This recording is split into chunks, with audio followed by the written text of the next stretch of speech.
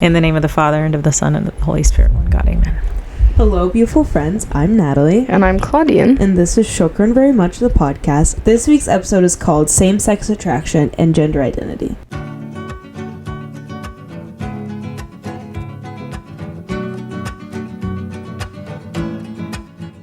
Is it correct for members of the Coptic community to say, and because Coptic is Egyptian, I'm going to clarify Coptic Christian community, to say things like, oh, it doesn't affect us, so let them do what they want to, because that opposes the church view. Correct in what setting? You know, are you being asked what you think is right and wrong? Then you should say. Mm-hmm. Are you being asked to vote? That's a different question. Yeah. Are you approached by a brother or a sister and asked to be a support? That's a totally different question. So, and in fact, the church's view is to do that. Mm-hmm. That I know, is to love the person in front of you. I know that. Let me ask you this, though. So you're saying when we're voting, we're supposed to discuss, like, on the matters of what's legal and what shouldn't be, what should be enforced by the government. Do you think as individuals, like, we preach this in every other aspect of life, we should always have our faith to be, like, guiding us? I think... You don't think that when we're voting, we should also vote against those things just because they don't fit our faith, and that's kind of our voice? Yeah, I mean, I get asked that question a lot. I think your faith absolutely should guide you. But again, you're not being asked on a matter of faith. You're being asked to vote on a matter of law. And I think that's your duty as a citizen. You are a Christian and you are a citizen of the United States. Yeah. You are both of those things. And you would never put your Christianity aside to be a citizen, but you also can't put your citizenship aside to be a Christian. It's part of you. Give what is God's to God and what is Caesar. Yeah, and this was about taxes, but it goes. It's a concept. Right? What are you being asked to do in a voting booth? And I'm not saying that means you should vote, yes, gay marriage is fine, or no, it isn't. But you have to ask yourself what you're being asked. And would I think adultery is immoral. I think it is wrong. I think it is a sin. I think it is harmful. I think, we're not supposed to do that. God doesn't want us to do that. Do I think it should be illegal? That's a totally different question. It's a different question. And I think what we're asked in the voting booth, what should be legal, and so what is good for society and not. Do I think adultery is good for society? I don't. Okay, I don't think divorce is good for society. So maybe I would vote against divorce, for example, that it should be illegal, but not because it's wrong.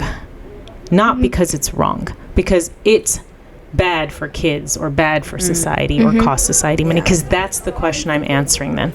So I may still vote for or against something that aligns with my Christian value, but through a different lens. The lens of what's good for society. Okay, so how can Coptic Orthodox communities create a safe space for young people to discuss topics related to sexual orientation and gender identity? Or experience it. Yeah. Because I think that especially now in schools, especially public schools, they bring it up at a pretty young age. So how can we kind of expose it in the church?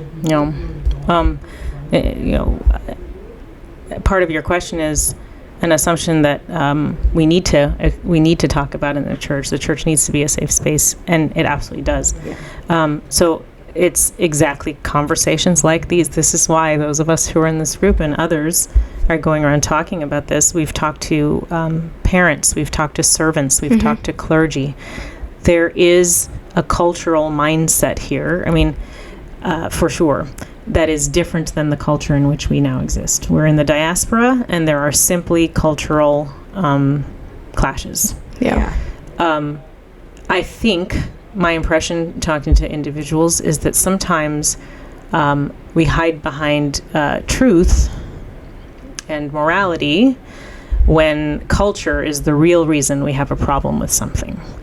So the way to accomplish a safe space, if you want to call church that, is to acknowledge that and have these conversations and try to elucidate what is cultural here and what is right and wrong, what is the role of the church and what is not the role of the church. Yes.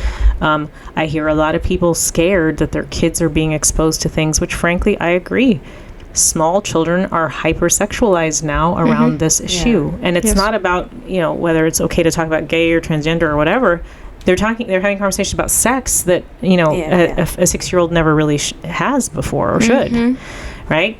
I find it to be problematic. So what is it? Are we the cavalry, the church? Is this our time to take a stand?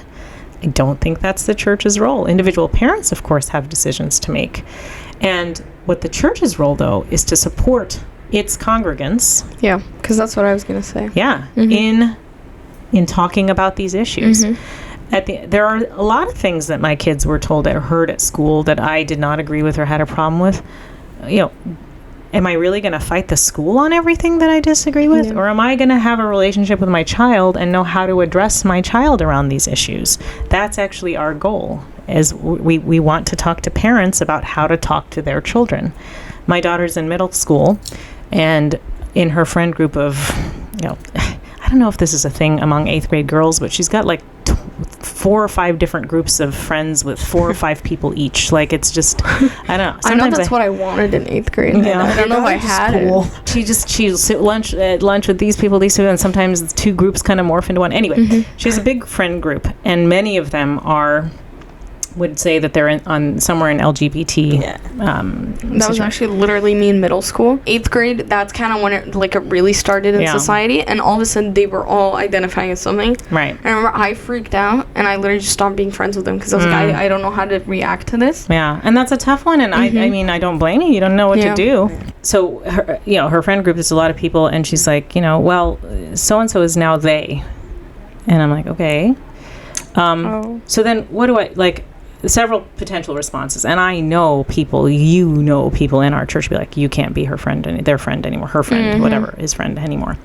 I get it. I get why that's the response. I think that's we're scared, but and I'm not saying this was the right way. This is my relationship with my daughter, which is specific, and everyone has one. But I was like, I really think that they're confused. I think that it's become socially not just acceptable, but maybe even encouraged to question one's gender, and I totally understand why they're doing that. But I think it's unfortunate. I think that's they're confused, and okay, that's okay. When I was little, I was 6-7 years old. I liked playing with my brother's things much more than any girl things. I liked dressing more like a boy. I played basketball. I liked my brother's friends more than my girlfriends.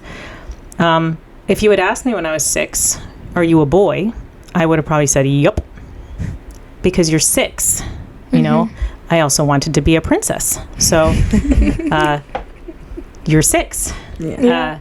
So we have to recognize that these are children, and that they're confused, and that the way to approach that isn't to clobber them. I don't think that's healthy for anyone involved, or to ignore them, or to isolate them, which is what we do, I think, unfortunately, in our culture. So, I mean, I have a question, actually. Yeah. Do you think that, kind of how she said, like, in 8th grade it kind of began, do you think it's a trend, or do you think more people are just opening up to it? That's a really great question. That's actually a really good question. Yeah. I actually looked for a talk. I looked at data. There have been studies on basically people who identify in, and this was just LGBT or T, so any same-sex attraction or transgender. And yeah, the rise has been unbelievable. It's been astronomical. What's striking, though, and there are 2 interpretations, and you nailed them, right? Either more people are becoming this or whatever, or identifying as it for whatever reason, or this is who they are, and now they can say it, right? But what's interesting about the data is if you split up the trend by generation. So if you look at people who are boomers versus Gen Z, or Gen X versus Gen Y versus millennials versus Gen Z, the spike in people identifying has really only been in Gen Z. So all the other generations are not spiking like this. There's somewhat more people are identifying who are my age, let's say, but not that many. Yeah. It's not a huge rise in my generation. So if it's a matter of society's now more accepting, then many people my age would be coming out. Mm-hmm. Yeah. That's not happening. It's a generation-specific phenomenon, which tends to argue that society is somehow promoting that identification. Yes. Yeah, Mic that's drop. a mic drop moment. Because you always hear that point being made, but there's never data for it. There's always like, it's a trend, and then that just sounds really aggressive towards the people who identify that way. Right. And you know, you can tell them whatever they want, but if society guides us in all sorts of ways, we're wearing jeans because society has made that an acceptable thing. Oh yeah. Decades ago, that wouldn't have been. We wouldn't be wearing pants. We wouldn't be wearing our hair the way we are. We wouldn't be wearing makeup the way we are. Society absolutely guides our behavior and down to our even identities. The way people dress is changing and has always changed based on societal norms, right? In you know, centuries ago, men wore heels and tights, and now that's, I never thought about that. That's not typical, right? So, yeah, so we're absolutely guided by society, and the influence that our culture has on us is huge. Ask any Egyptian, ask any American. Culture has an influence on the way we think. So how could it not be that young people who themselves are developing see this all around and think, well, yeah, I actually do feel like a boy sometimes, or like a girl sometimes, or that I'm attracted to so-and-so sometimes. I understand that, and let's have grace around that. You know, that's our role. Absolutely our role. We had an episode where we had a few of the youth come out to talk about what they thought was important to discuss in the church. And one thing one of them brought up was how she didn't like how there was a lot of overlap between cultural beliefs and church beliefs. And you brought that up a few times, like how we need to make sure we know what's cultural. And what I wanted to point out is, like, there's a lot of confusion between sometimes our cultural belief as Egyptians, and what the church believes. Marchie, you should bring Archdeacon Mark back to talk about that. He has several talks on this. Yeah, actually, she referenced that talk specifically. Yeah, several, and it's very important. And it's not like there's I can put this in the cultural column and this in the theology column or whatever. There is definitely a need to have a recognition of culture, and it's important. It's come to a head now. When my parents were the first kind of, my parents' generation, or around that time, was the first wave of big wave leaving Egypt for not just America, but America, Australia, Canada. At that time, it was the late 60s, early 70s, and there was all sorts of stuff happening in Egypt. A lot of people left. So that was kind of the first wave, and they started the first churches, Coptic churches in the diaspora. The cultural issues there are big ones. But now we have different ones, because the more recent immigrants have culture it's Egyptian, but it's also a different flavor of culture. In any case, and then now we've been in America for a few generations, so we have people like me who are not your age, who are another generation, but who were born here and raised here. So there's lots of levels to this conversation, and it's important to have it. So if a Coptic person is beginning to have feelings for the same sex, what steps should they take? Or gender, I don't know what the word you use is. Gender dysphoria. Gender dysphoria used to be a diagnosis, and a psychological diagnosis. I think it's changing now. But really a feeling that you're not your gender identity, which is how you feel about your gender, does not match your sex. And we have to be clear, biological sex is different than gender. I've heard, and that's what this book that I draw much of my thinking on this is called The End of Gender by Dr. Deborah So. She's a neuroscientist, and she's a liberal atheist, like very liberal. She studied sex, like kinky sex or something, in graduate school. Like, can I just ask you what it was like to read this book? It was great. It was great. Really, really, really great book. Because she's a neuroscientist. I'm a neuroscientist. But her work led her down sort of this idea of gender, and she makes the claim that there are two genders, and she was canceled for it in the scientific community. Wow. She, in this book, among other things, she differentiates between sex and gender. She does not like the phrase that you hear all the time, gender is a social construct, as if it's not real in some way. but it's not the same thing as sex. It's not purely biological, right? It's and we define those words in lots of different ways. One's sex is related to egg cell, sperm cell, biological sex. One's gender is based on that, but it's also influenced by society and upbringing and experience and a lot of other things, and psychology, one's own mental, psychology and so on. So, in any case, someone experiencing a gender identity that does not match their sex that they were born as, or the sex that they are, we'll call that gender dysphoria. In any case, if someone is experiencing same-sex attraction and or gender dysphoria, and he or she, it depends, right? This is a Coptic person, does he or she struggling with this? Yeah, that's what I'm talking about. Yeah. All right. If he or she's struggling with it, thank God, and thank Sayyidina, and thank Sayyidina, the other Sayyidina, that there are now people there's a resource in the diocese, and I would say go to hisbeloved.co to start. If he or she's comfortable with talking with one of the servants, you don't have to this person wouldn't have to join the support group right away, but could talk to one of us, could approach one of us. There are many clergy listed and lay people listed. Of course, he or she's always welcome to go to his or her father of confession. All of the clergy know that we exist. So if the Abuna doesn't think he necessarily knows how to approach this issue with his child, he can refer to us, to this group.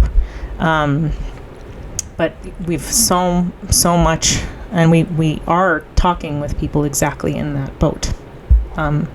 So you're not alone. I want to say, if you're listening to this and this is you, there are many people in our diocese who are just like you, who are struggling with this issue in particular. And everybody in this diocese is exactly like you in that you're a child of God and you're a sinner.